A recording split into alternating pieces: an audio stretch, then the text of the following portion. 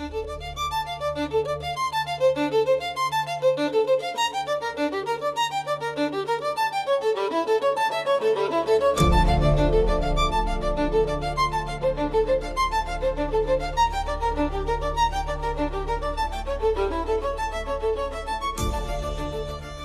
back to Professing Christians. This is Lisa. So this week I want to look at what might be the final installment on the rest of the dead. It's what I have found so far. This one is titled, O Captive Daughter of Zion, and if you want to read it, it is on the WordPress blog, Professing Christians. So let's get into it. Now that we have tentatively seen who the rest of the dead are in the New Testament, let's take a look at where they may have been mentioned in the Old Testament.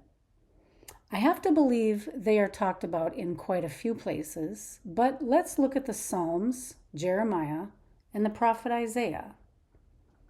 You know, I sometimes wonder about the Psalms. I don't doubt that the words were written by David and other God-inspired people. However, I do wonder about the historical time of some of them. Google says the Psalms were compiled over roughly a millennium as a collection of ancient Hebrew poems and songs used in temple worship. Compiled over 1,000 years, you say? So some could have been written during the millennial reign? That's interesting. We know David didn't write all the Psalms, and not all of them say that he did. Take, for example, Psalm 137. In the King James Version, it doesn't have a title saying who wrote it, but in the Septuagint, it does. Psalm 137 for David, a psalm of Jeremiah. Could this possibly be a tribute to David? Or did someone maybe add that title later? We don't know. And David had been gone roughly 400 years before Jeremiah was even alive. But Jeremiah does talk about the fall of Jerusalem to Babylon in chapter 51. Here's how Psalm 137 goes. By the rivers of Babylon, there we sat and wept when we remembered Zion. We hung our harps on the willows in the midst of it. For there they that had taken us captive asked of us the words of a song, and they that had carried us away asked a hymn, saying, Sing us one of the songs of Zion. Verse 4, How should we sing the Lord's song in a strange land? If I forget thee, O Jerusalem, let my right hand forget its skill. May my tongue cleave to my throat, if I do not remember thee, if I do not prefer Jerusalem as the chief of my joy. So this passage, I suppose, could be talking about Zion, the city of David, as mentioned in the Chronicles of the Kings of Israel. David played the harp, and there could very well have been an ongoing musical ministry, like possibly of the Levites, in his city and in Jerusalem. But I can't grasp that Jeremiah's psalm is strictly talking about the little hill near or in Jerusalem. I went to modern-day Israel in 2018 and walked through the ruins of the city of David in Jerusalem. It's tiny and definitely not a mountain or even a notable hill. I'm not even convinced that's the original Jerusalem, considering very old maps. The captives were taken to Babylon some 400 years later, due to the rebellion and idolatry of Israel by this time. This is a psalm of Jeremiah, which would correctly place him supposedly around 586 BC, at the time of the Babylonian captivity. However, I believe God's prophets spoke of times present, times upcoming, and the latter days as well.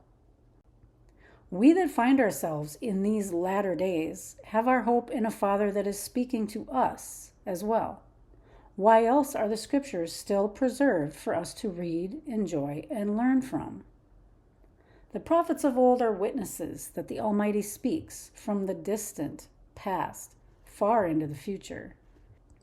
Ezekiel saw the multi-winged cherubim around the throne, and others depict the heavens being shaken in Joel 2:10, and the sky rolling back as a scroll, Isaiah 34:4. These match up to the revelation of John, chapter 6. As far back as the book of Numbers, in the days of Moses, it was prophesied of the coming Messiah. That was Numbers 24, verse 17. They took his prophecies as near future, but the Messiah's first coming was definitely a distant future event. He came when the Father sent him, and he returned when he told his disciples he would. He was trustworthy, and they knew it. We also await his final return. 2nd Esdras in the Apocrypha has much to say about Mount Zion. Esdras, or Ezra, speaks of a king who is exalted and accessible. There are many references to Zion in 2nd Esdras. Let's look at just one. Chapter 2. Verse 40, Take thy number, O Zion, and shut up those of thine that are clothed in white, which have fulfilled the law of the Lord. The number of thy children, whom thou long for, is fulfilled. Beseech the power of the Lord, that thy people, which have been called from the beginning, may be hallowed. I, Esdras, saw upon the Mount Zion a great people, whom I could not number, and they all praised the Lord with songs. Verse 43, And in the midst of them there was a young man of a high stature, taller than all the rest, and upon every one of their heads he set crowns, and was more exalted, which I marveled at greatly. This person, it goes on later to say, was the Son of Man. These prophets point to the culmination of time, of which we are so very near. These books speak of a Zion where the Lord is king and accessible. That was not the case in the Old Testament city of David. Zion having a righteous king and Messiah was a future event, and the prophecy had future implications. Let's look at Psalm 2, which does not say a Psalm of David. Verse 4, He that sits in the heavens shall laugh.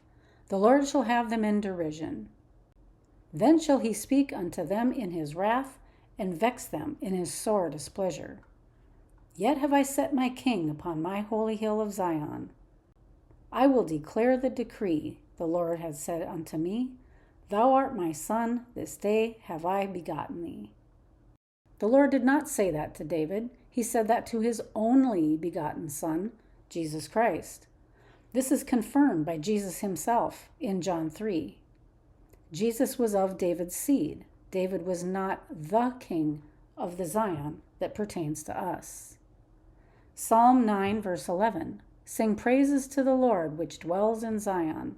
Declare among the people his doings. Psalm 48, verse 1. Great is the Lord, and greatly to be praised in the city of our God, in the mountain of his holiness. Beautiful for situation, the joy of the whole earth, is Mount Zion on the sides of the north, the city of the great king. Zion may have been called the city of David in the Chronicles, but it is the Lord's great mountain. Psalm 102, verse 13, Thou shalt arise and have mercy upon Zion, for the time to favor her, yea, the set time is come. For thy servants take pleasure in her stones, and favor the dust thereof. So the heathen shall fear the name of the Lord, and all the kings of the earth thy glory. When the Lord shall build up Zion, he shall appear in his glory. For he hath looked down from the height of his sanctuary, from heaven did the Lord behold the earth, to hear the groaning of the prisoner, to loose those that are appointed to death, to declare the name of the Lord in Zion, and his praise in Jerusalem, when the people are gathered together, and the kingdoms to serve the Lord. The New Jerusalem is God's people and is part of Mount Zion. Hebrews 12, verse 18. For ye are not come unto the mount that might be touched, and that burned with fire, nor unto blackness and darkness and tempest. Verse 22. But you are come unto Mount Zion, and unto the city of the living God, the heavenly Jerusalem, and to an innumerable company of angels, to the general assembly and church of the firstborn which are written in heaven, and to God the judge of all, and to the spirits of just men made perfect, and to Jesus the mediator of the new covenant, and to the blood of sprinkling that speaks better things than that of Abel. In the Old Testament, they begged for an earthly king and received Saul and David, etc. These kings were not perfect and guiltless. The writer of the Psalms we have quoted here is writing of the joy of Jerusalem and the glory in Zion when the Lord appears there.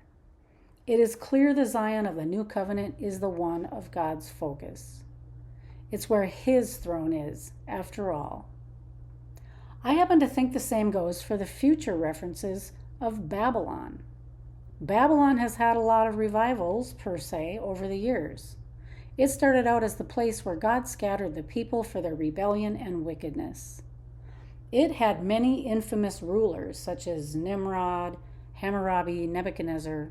Yes, Babylon was a physical place, just like Jerusalem and Zion, but more so, they are definitively spiritual places. Jerusalem and Zion are in glory. Babylon fell in shame and wickedness. However, earthly Jerusalem and the city of David also fell, and the Lord announced the replacement of the earthly city with the heavenly Jerusalem and Zion. Isaiah 24, verse 23, Then the moon shall be confounded and the sun ashamed, when the Lord of hosts shall reign in Mount Zion and in Jerusalem, and before his ancients gloriously. This prophecy is clearly the event of the Revelation seals, leading to the justification and glorification of the saints. Isaiah was also the first to prophesy about the daughter of Zion. Isaiah 1, verse 2, Hear, O heavens, and give ear, O earth, for the Lord has spoken. I have nourished and brought up children, and they have rebelled against me. Verse 7, Your country is desolate, your cities are burned with fire, your land, strangers devour it in your presence, and it is desolate, as overthrown by strangers. And the daughter of Zion is left as a cottage in a vineyard, as a lodge in a garden of cucumbers, as a besieged city. Except the Lord of hosts had left unto us a very small remnant, we should have been as Sodom, and we should have been like unto Gomorrah. I've talked about the remnant before, and if you're new, I'll only say that I believe we are the remnant of the cataclysm, known as the seals, trumpets, etc., which took place right before Jesus returned to set up his kingdom for the 1,000-year reign. See Revelation 20. This event did away with any past Jerusalem and Babylon. The new Jerusalem and harlot Babylon are spiritual. And as I posted recently, I believe this modern-day remnant is the non-overcomers of the Revelation 7 church people, or ecclesia. Back to Isaiah. Yes, Isaiah could be talking about the siege of Nebuchadnezzar coming a couple hundred years after his prophecy, but again, that's the way God's prophecy works. He inspired them, and they spoke his words. A prophecy could cover events then and in the future. God is not limited. In Isaiah 4, he says, verse 2, In that day shall the branch of the Lord be beautiful and glorious, and the fruit of the earth shall be excellent and comely for them that are escaped of Israel. And it shall come to pass that he that is left in Zion, and he that remains in Jerusalem, shall be called holy, even every one that is written among the living in Jerusalem, when the Lord shall have washed away the filth of the daughters of Zion, and shall have purged the blood of Jerusalem from the midst thereof, by the spirit of judgment and by the spirit of burning. And the Lord will create upon every dwelling place of Mount Zion, and upon her assemblies, a cloud and smoke by day, and the shining of a flaming fire by night, for upon all the glory shall be a defense.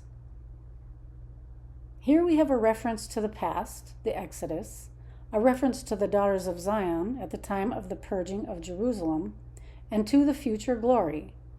These daughters were part of the Revelation judgment. But take note, we are not talking about human gender. This is God's prophetic differentiation for his sons and daughters. The Lord does not forget his children.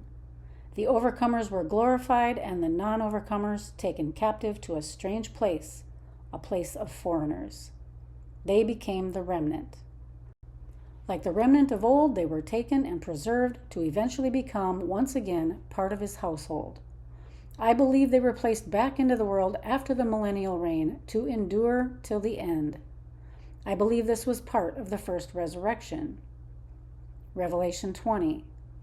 Verse 4, And I saw thrones, and they sat upon them, and judgment was given unto them. And I saw the souls of them that were beheaded for the witness of Jesus, and for the word of God, and which had not worshipped the beast, neither his image, neither had received his mark upon their foreheads or in their hands, and they lived and reigned with Christ 1,000 years.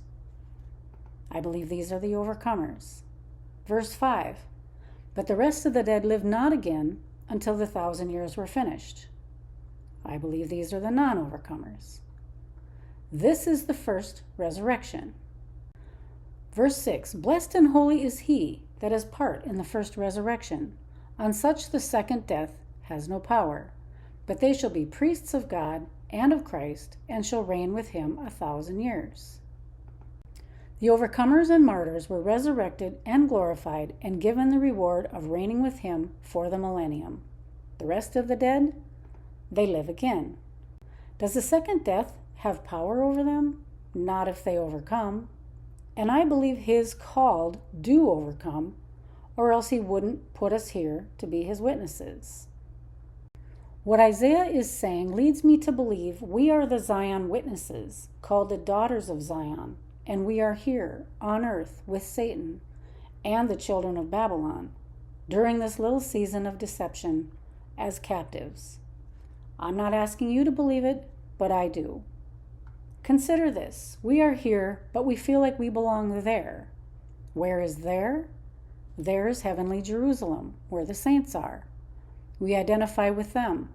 I believe we were shown a glimpse of that place, that realm. We may have seen the beauty, heard the songs, but we are being held here. Some believe we could be the descendants of those long ago that were left over from the wrath and rain. But that leaves us out here by chance, and I don't think God does anything by chance. We are here for a reason and a test. If we pass that test, then we are distinguished from the daughters of Babylon by being the daughters of Zion. We are to endure to the end and to finally overcome death. Death, after all, is the final enemy. 1 Corinthians 15, verse 24. Then comes the end, when he shall have delivered up the kingdom to God, even the Father, when he shall have put down all rule and all authority and power. For he must reign till he has put all enemies under his feet. The last enemy that shall be destroyed is death. Remember Psalm 137 that we started this discussion with? By the rivers of Babylon there we sat and wept when we remembered Zion. We hung our harps on the willows in the midst of it. For there they that had taken us captive asked of us the words of a song. And they that had carried us away asked a hymn, saying, Sing us one of the songs of Zion. How should we sing the Lord's song in a strange land? These people had seen and heard Zion. Consider Isaiah 52. Awake, awake, put on thy strength, O Zion, put on thy beautiful garments, O Jerusalem, the holy city. For henceforth there shall no more come into thee the uncircumcised and the unclean. Shake thyself from the dust, arise, and sit down, O Jerusalem. Loose thyself from the bands of thy neck, O captive daughter of Zion. It says, arise, and then sit down. Isn't that odd? It's not odd. Arise means to rise up. Sit down means to take your rightful place when it is time. This is for us for later. Verse 3, For thus saith the Lord, Ye have sold yourselves for naught, and ye shall be redeemed without money. Verse 7, How beautiful upon the mountains are the feet of him that brings good tidings, that publishes peace, that brings good tidings of good, that publishes salvation, that says unto Zion, Thy God reigns. Thy watchmen shall lift up the voice, with the voice together shall they sing. for they shall see eye to eye when the Lord shall bring again Zion. Break forth into joy, sing together, ye waste places of Jerusalem, for the Lord has comforted his people, he has redeemed Jerusalem. These, I believe, are the songs of the redeemed. Thank you for joining me. This is Lisa with Professing Christians.